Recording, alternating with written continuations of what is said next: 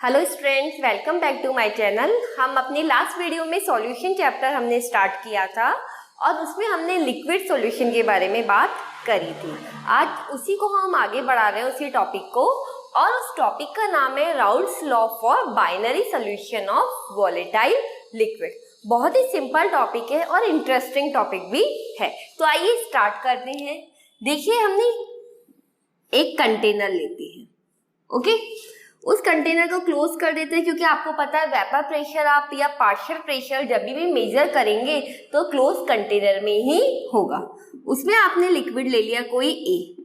जब आप उसको हीट करते हैं तो उसकी वेपर बनती है, ठीक है। ये जो वेपर है ओनली इस ए की है, ठीक है। इट मीन्स ये प्योर सोल्यूशन है आपके पास।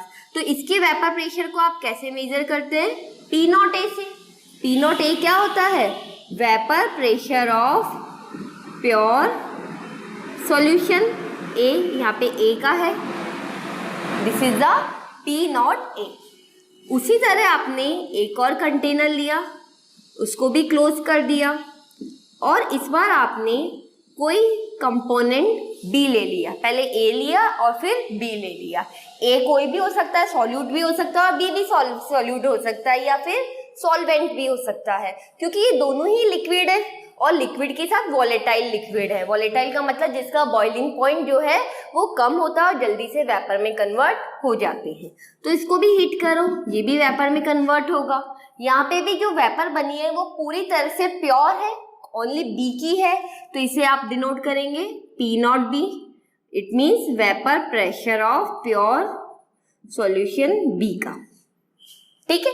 ये हमने पढ़ा था अपने लास्ट वीडियो में, उसका लिंक आपको डिस्क्रिप्शन बॉक्स में मिल जाएगा। आप इस वीडियो को देखने से पहले उसे जरूर से देखिएगा, ठीक है। तो ये हम पढ़ चुके हैं। अब हम क्या करते हैं, ये ए कंपोनेंट और बी दोनों को हम मिक्स कर लेते हैं। ए और बी दोनों को हमने क्या कर लिया? मिक्स कर लिया। तो मिक्स करने पे आपको पता है कि सॉल्यूशन बन गया ए प्लस बी का। वही आप इसे क्लोज कर दीजिए।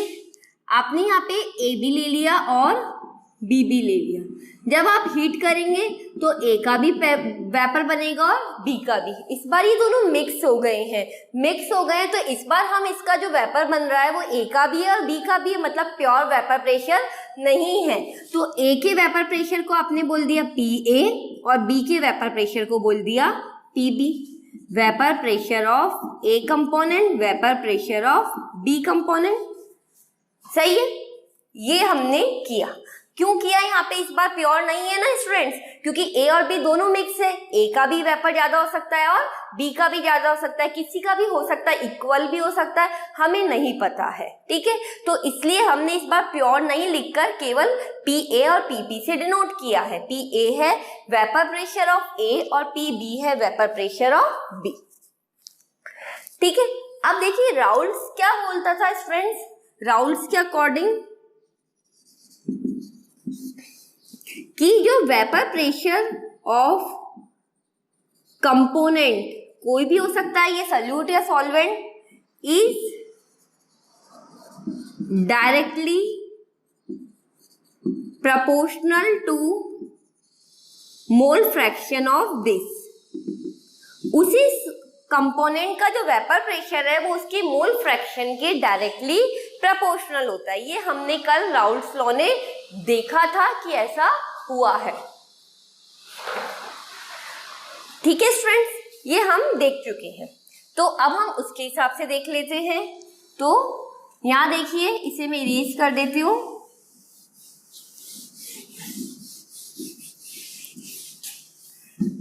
तो पी ए जो हमने था उसका वेपर प्रेशर, उसके मोल फ्रैक्शन मतलब एक्स ए, एक्स से डिनोट कर रही हूँ मोल फ्रैक्शन को, एक्स ए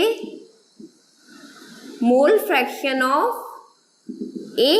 मोल फ्रैक्शन आप जानते हैं स्टूडेंट्स, खुद के मोल अपॉन टोटल मोल, मतलब N A upon N A plus N B.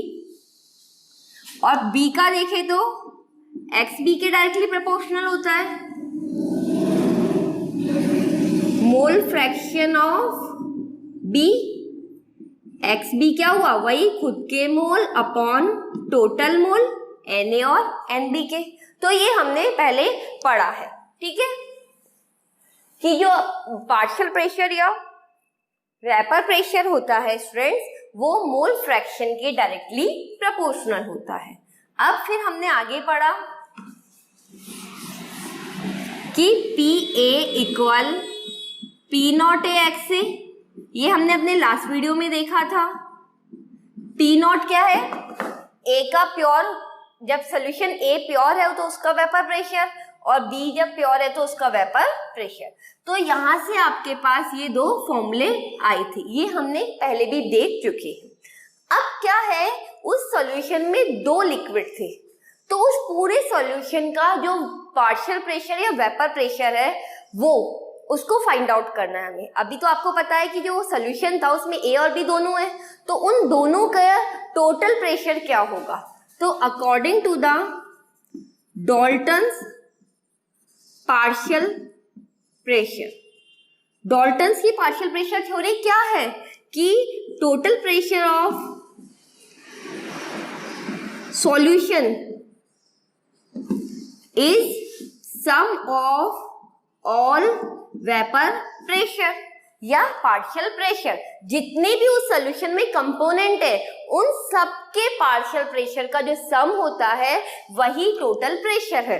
Dalton's की थ्योरी हमने 11th क्लास में पढ़ी थी स्टूडेंट्स, कि जब मान लीजिए किसी सॉल्यूशन में 3 कंपोनेंट है, ठीक है, तो उस पूरे सॉल्यूशन का जो वेपर प्रेशर होगा वो तीनों कंपोनेंट के पार्शियल प्रेशर के सम के इक्वल होगा। हमारे पास तो यहाँ पर केवल 2 कंपोनेंट्स है, ए और बी, तो उस सॉल्यूशन का जो पार्शियल प्रेशर या वेपर प्रेशर कुछ भी बोले, उसका टोटल जो वेपर प्रेशर है वो किसके इक्वल होगा, ए कंपोनेंट का प्रेशर और बी कंपोनेंट का प्रेशर।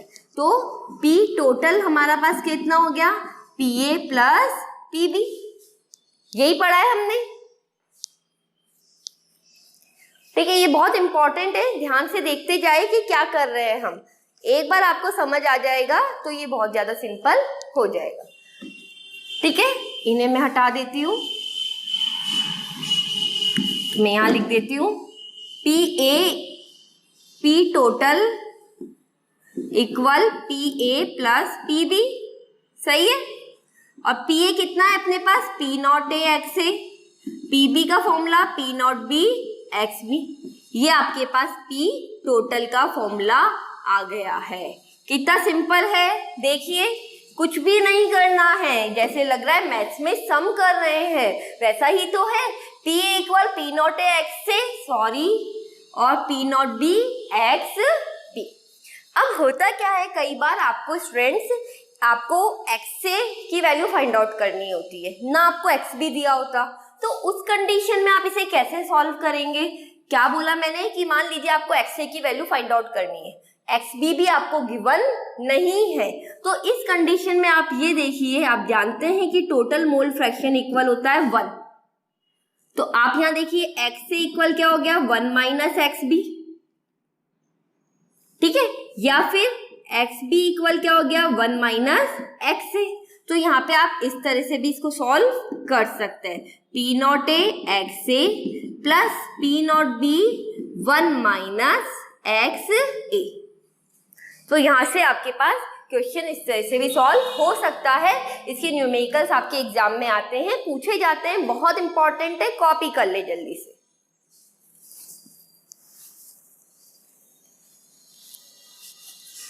ठीक है स्टूडेंट्स, तो बहुत सिंपल हुआ हमारा राउल्ट्स लॉ। राउल्ट्स लॉ क्या कहता है कि किसी भी कंपोनेंट का जो वेपर प्रेशर होता है वो उसके मोल फ्रैक्शन के डायरेक्टली प्रोपोर्शनल होता है, ठीक है। और डाल्टन ने क्या बोला, किसी भी सॉल्यूशन का टोटल प्रेशर जितने कंपोनेंट्स हैं उन सब के वेपर प्रेशर या पार्शियल प्रेशर के इक्वल होता है, उनका सम कर दीजिए, टोटल प्रेशर आ जाएगा, ठीक है। तो आपके पास ये फॉर्मूला हो गया, P total equal P not A x A plus P not B x B, okay. अब हम आगे पढ़ते हैं, स्टार्ट करते हैं। देखिए एक फेज डायग्राम बना रही हूं, यहां पे आपने वेपर प्रेशर और मोल फ्रैक्शन के बीच में बना रहे हैं, ठीक है स्टूडेंट्स, इस बार आपने क्या लिया, एक बार आपने सॉल्यूशन का x से आपको पता है यहाँ तो 0 होगा, और जब x का वैल्यू 1 होगा, हमने पहले भी देखा है, तो यहाँ पर इसकी वैल्यू हो जाएगी P0 A। जब पूरी तरह से केवल A ही आपके पास है तो उसका वेपर प्रेशर हो गया P0 A। क्या हो जाएगा? P0 A। ये हम पहले वाले वीडियो में देख चुके हैं। जब पूरे सॉल्यूशन में केवल एक ही कंपोनेंट A है तो उसके वेपर प्रेशर को डिनोट किया है P0 A से। अगर उस सॉल्यूशन में हमने दो कंपोनेंट ले लिए, यहाँ पे XB का वैल्यू 0 हो गया, तो XB का वैल्यू अगर यहाँ 1 कर दूं तो आपको पता है कि यहाँ पे हम P0B, क्यों लिया मैंने P0B यहाँ पे स्टूडेंट्स? बिकॉज यहाँ पर उस सॉल्यूशन में केवल एक ही कंपोनेंट है, वो है B, तो उसका प्योर का वेपर प्रेशर हो गया P0B। और जब उन दोनों को आपने मिक्स कर दिया था तो टोटल प्रेशर आपने यहाँ से ले लिया PA प्लस PB। तो ये इसका फेज डायग्राम है, आपके एग्जाम में पूछा जाता है। ध्यान से देखिए क्या किया है, बहुत ही सिंपल है। एक तरफ आपने XA की वैल्यू को 0 रखा और एक तरफ आपने XB की वैल्यू को 0 रखा। जब XA का वैल्यू 0 होगा तो XB पूरी तरह से प्रेजेंट होगा, और जब XA का वैल्यू 1 होगा तो XB प्रेजेंट नहीं होगा। क्लियर? चलिए आगे बढ़ते हैं। बहुत सिंपल टॉपिक है। 12th की केमिस्ट्री में बोलती हूँ कि इतनी सिंपल है कि बस बहुत ही ज्यादा सिंपल होती है 12th की केमिस्ट्री। ठीक है, अब देखिए स्टूडेंट्स, आपसे पूछा जाए क्वेश्चन एग्जाम में कि दो सॉल्यूशन दे दिए, एक सॉल्यूशन दे दिया, उस सॉल्यूशन में दो कंपोनेंट है A और B, इसका कंपोजिशन फाइंड आउट करिए। तो कंपोजिशन का फाइंड आउट करने का मतलब क्या हुआ? उसका मोल फ्रैक्शन फाइंड आउट करना है, क्योंकि मोल फ्रैक्शन अगर आ जाएगा तो मोल्स भी आ जाएंगे, अमाउंट भी आ जाएगा। तो बेसिकली आपको मोल फ्रैक्शन ही फाइंड आउट करना होगा। वापस सुनिए, कभी भी एग्जाम में आए कि एक सॉल्यूशन में दो कंपोनेंट या तीन कंपोनेंट है और उसका आपको कंपोजिशन मालूम करना है, तो आपको उसके मोल फ्रैक्शन फाइंड आउट करने होंगे। क्लियर? यहाँ तक ठीक है। अब देखिए, ये जो मोल फ्रैक्शन था स्टूडेंट्स, ये तो लिक्विड का था, जो आपने लिक्विड सॉल्यूशन में डाला था। ठीक है, आपसे पूछा जाता है mole fraction in vapour phase. ये भी आपके एग्जाम में आ जाता है कि वेपर फेज में भी कंपोजिशन बताइए। तो कंपोजिशन मतलब मोल फ्रैक्शन अभी बताया। तो यहाँ पे फॉर्मूला देख लीजिए, PA equal YA P total. PA तो जानते हैं हम मैम, P टोटल भी हम जानते हैं, लेकिन ये YA क्या है? ये YA है mole fraction in of A in vapour phase. Mole fraction of A in vapour phase, ये है YA। उसी तरह से PB equal YB P total. तो यहाँ YB भी क्या है? Mole fraction of B in vapour phase. है ना सिंपल सा, कुछ भी नहीं है। तो यहां से YA का value PA upon P total. अब आपको पता है स्टूडेंट्स, PA क्या होता है? P0 A XA, और P टोटल जानते हैं PA प्लस PB। हमने पढ़ा है अभी ये बात।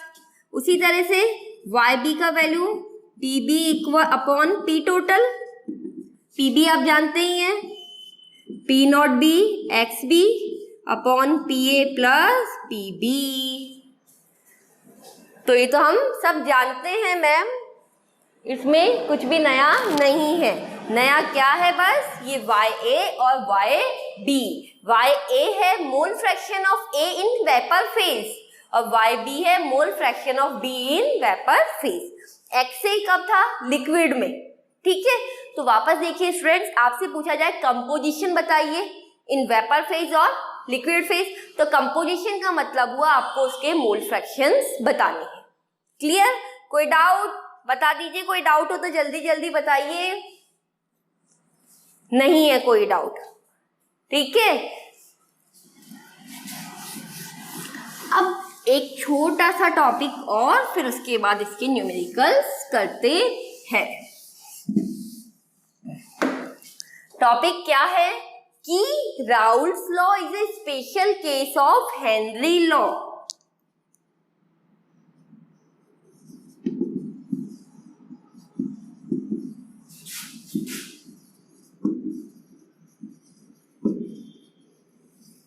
ये नाम राउल्स हेनरी ऐसे ऐसे रखते हैं, इसकी जगह रखना चाहिए Ramu law is a special case of Shamu law. देखिए क्या जल्दी जल्दी याद होता है ना।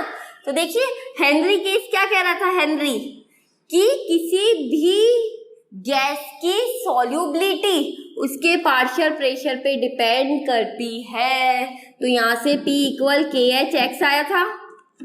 किसी भी गैस की सॉल्युबिलिटी उसके पार्शियल प्रेशर पे डिपेंड करती है, तो यहाँ से P इक्वल KH आया था। ये हमारा था मैम हेनरी लॉ, ये तो हमें याद है, ठीक है। उसके अलावा राउल्स तो अभी अभी पढ़ा है हमने।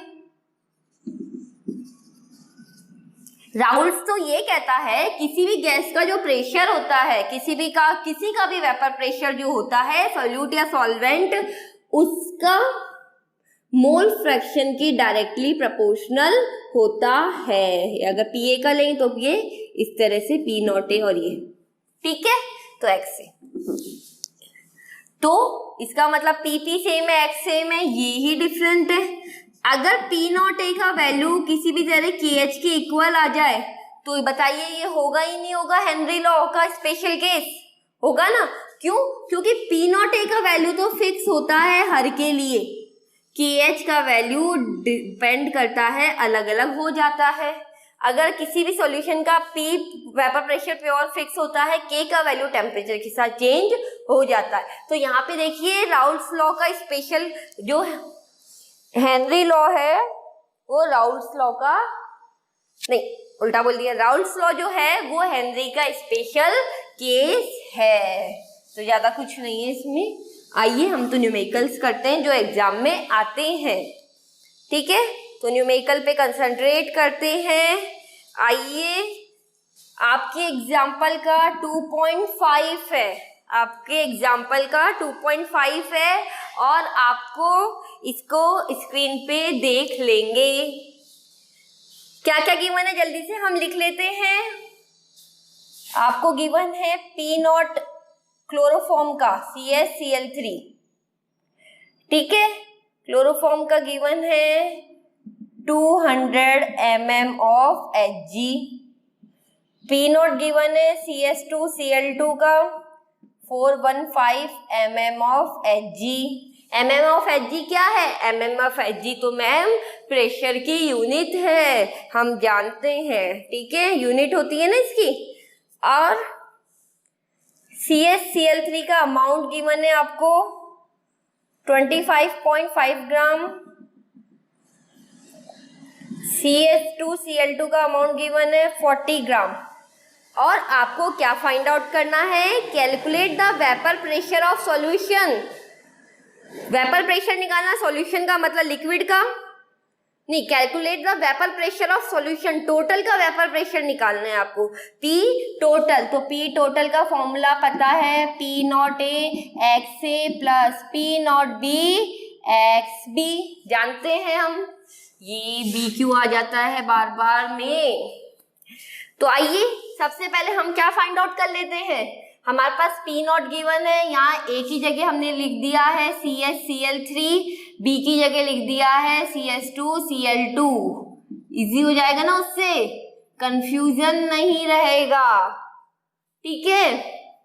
आइए T गिवन है, P0 दोनों गिवन है, हमारे पास मास गिवन है। पहले हम मोल्स निकाल लेते हैं, मोल्स ऑफ CaCl3 के मास अपॉन मॉलिक्यूलर मास। मास आपके पास कितना गिवन है? 25.5 और CaCl3 के मोलर मास होता है 119.5, ठीक है। तो इसका आपके पास आ गया मोल 0.213 मोल। यहां तक कोई doubt?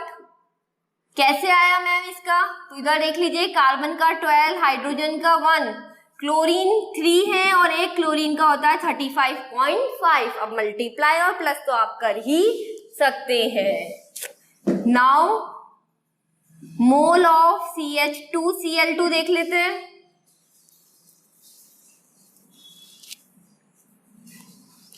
Mole of CH2Cl2 mass upon molecular mass, इसका मॉलिक्यूलर मास है 85, 0.47 मोल। इनसे क्या मतलब था? हमें तो मोल फ्रैक्शन निकालना है। मोल फ्रैक्शन सबसे पहले CHCl3 का मोल फ्रैक्शन आप जानते हैं स्टूडेंट्स, खुद के मोल अपॉन टोटल मोल। खुद के मोल कितने हैं इसके? 0.213। टोटल मोल कर लीजिए, कितना आया मोल फ्रैक्शन ऑफ CHCl3? 0.312। एक का आ गया तो क्या दूसरा भी हम ऐसे ही निकालेंगे मैम? नहीं, क्या करेंगे? 1 में से माइनस कर देंगे तो 0.688। यहां तक कोई डाउट हो तो देखिए, बताइए जल्दी से, कोई भी डाउट हो तो। बहुत सिंपल है, मोल्स निकाल लिए, मोल्स निकाल के मोल फ्रैक्शन निकाल लिया। मोल फ्रैक्शन का फॉर्मूला आप जानते ही हैं, खुद के मोल अपॉन टोटल मोल। निकाल लिया, एक का निकाल लिया, दूसरे को 1 में से माइनस कर दीजिए। क्लियर? अब मैं इसको हटा देती हूं एक बार। आइए, T टोटल, T नॉट कितनी है? 200। मोल फ्रैक्शन ऑफ CHCl3 312, यही है ना? ठीक है, वैसे इसका 40 और CH2Cl3 का 0.688 और इस तरह से आपके पास आ गया ये 347.9 mm of Hg। mm of Hg क्या है? प्रेशर की यूनिट है, क्योंकि ये प्रेशर भी आपको mm ऑफ Hg में गिवन है। तो ये तो क्या आ गया? Total vapour pressure of solution. इसी का सेकंड क्वेश्चन देखिए, मोल fraction of each component in vapour phase. Vapour phase में भी बताना है। मैंने बताया था वेपर फेज का क्या फॉर्मूला होता है? YA upon P total. PA क्या होता है? P not A XA upon P total, PA plus PB। यहाँ पे A अपन ने लिया है स्टूडेंट्स CHCl3 को, तो PCHCl3 XCHCl3। ऐसा करने से इजी हो जाता है, जो कंफ्यूजन होता है वो दूर हो जाता है। ठीक है, अब P नॉट A का वैल्यू तो आपको गिवन है 200। इसका मोल्स आपने निकाले थे, कितने निकाले थे इसके मोल्स? CHCl3 के 313 मोल फ्रैक्शन। अब P टोटल तो अभी हमने फाइंड आउट किया था, P टोटल कितना है? 347.9। तो ये आपके पास आ गया है 0.82। ठीक है, नहीं, ये आपके पास आ गया 0.18। मोल फ्रैक्शन की कोई यूनिट नहीं होती है। मोल फ्रैक्शन चाहे वेपर में हो या लिक्विड में हो, कोई यूनिट नहीं होती है। तो इसी तरह से आप ये CHCl3 का निकाल लिया, अब इसी तरह से आप CH2Cl2 का भी निकाल लेते हैं हम।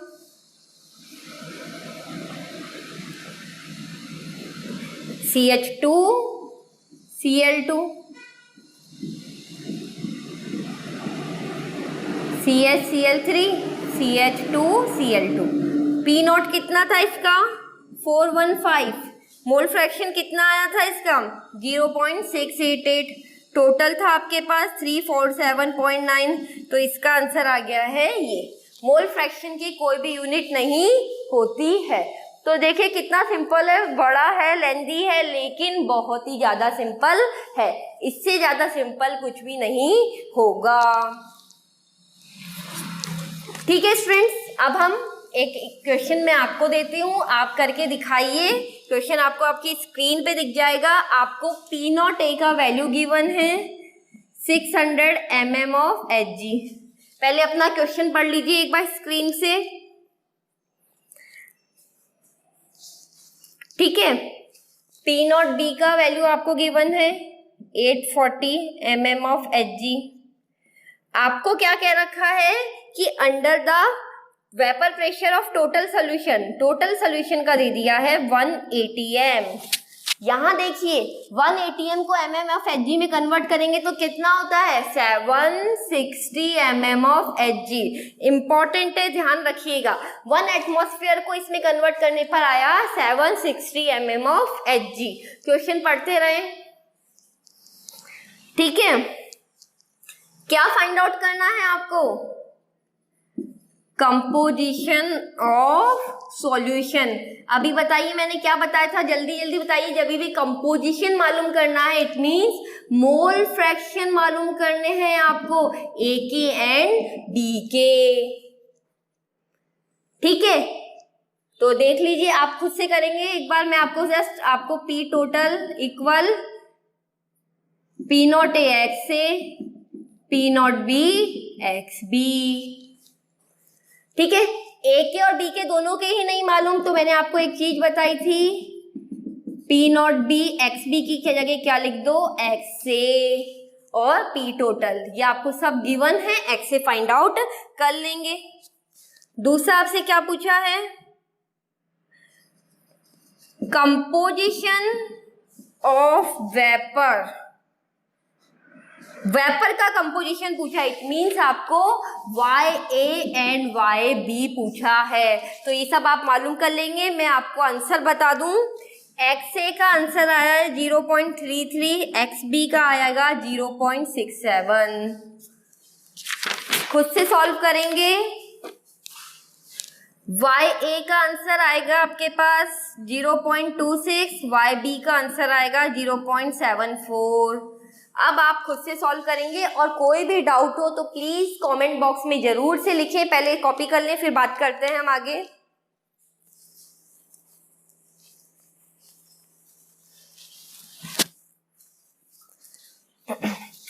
ठीक है, हो गया।